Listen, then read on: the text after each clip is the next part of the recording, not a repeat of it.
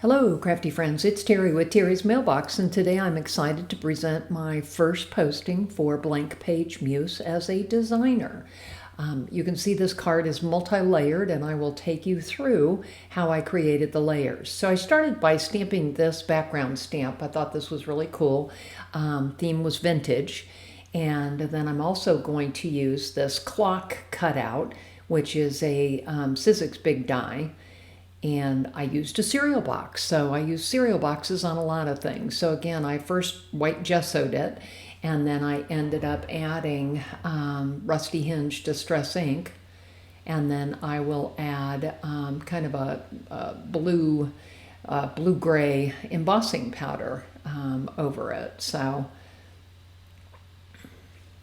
and you can see I accidentally stained my my embossing pad, so I'll have to clean that off later. So I just went directly to applying it over the wet Distress ink. So then I heat embossed it, and you can see this is what I've ended up with. And my plan is to put it on the side of the card with the hummingbird type thing on there. So I've used an old cereal box and created that. You can see I took that vintage background and added some Distress inks, kind of schmooshed some inks on there. And then I ended up impressing or printing the figures with archival ink. So now I'm just going to put the card together. So again, I'm taking a half sheet and cutting it in, or folding it in half. And then I've added a dark orange and a ginger cardstock on there to make 3 layers. So I just decided I needed a little bit of vintage photo there on the outside. Sorry for the shaky there. So again, I also printed the sentiment, wishing you the very best, which is a Blank Page Muse product, onto the ginger cardstock, and I cut it with my Decal Edge trimmer. So you can see here how I'm kind of playing with the layers. I also have 2 gears there that I've did before, and then we'll go ahead and layer everything onto this card base. I'm going to go ahead and use Distress Medium. It works a little bit better, multi-medium from Ranger.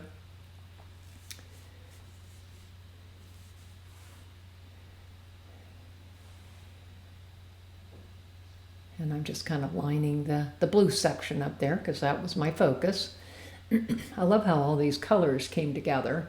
So I'm going to put one of the gears over there and make sure that I can put my sentiment on top so that it stays up and is level. And then we'll go ahead and do the bird. You can see there it's the back of a cereal box. I told you I use those pieces quite a bit. So again, I'm just going to glue him on there. Add another gear and the arms for the clock, and I am ready to roll.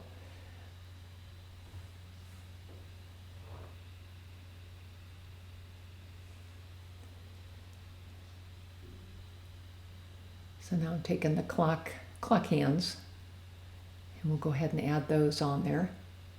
I love working with vintage type pieces and layering them, ephemera, different elements. And like I say, I thought this particular background stamp just really added to the vintage feel of this card. So you can see here I've got to let it dry. So go ahead and throw an acrylic block on the top there for a little bit of weight. So here is the final card. You can see here multi-layers on there. I love the colors. I really like fall colors, and I'm just really pleased with the way this one turned out. So again, it's Terry with Terry's Mailbox. I am presenting for Blank Page Muse this month.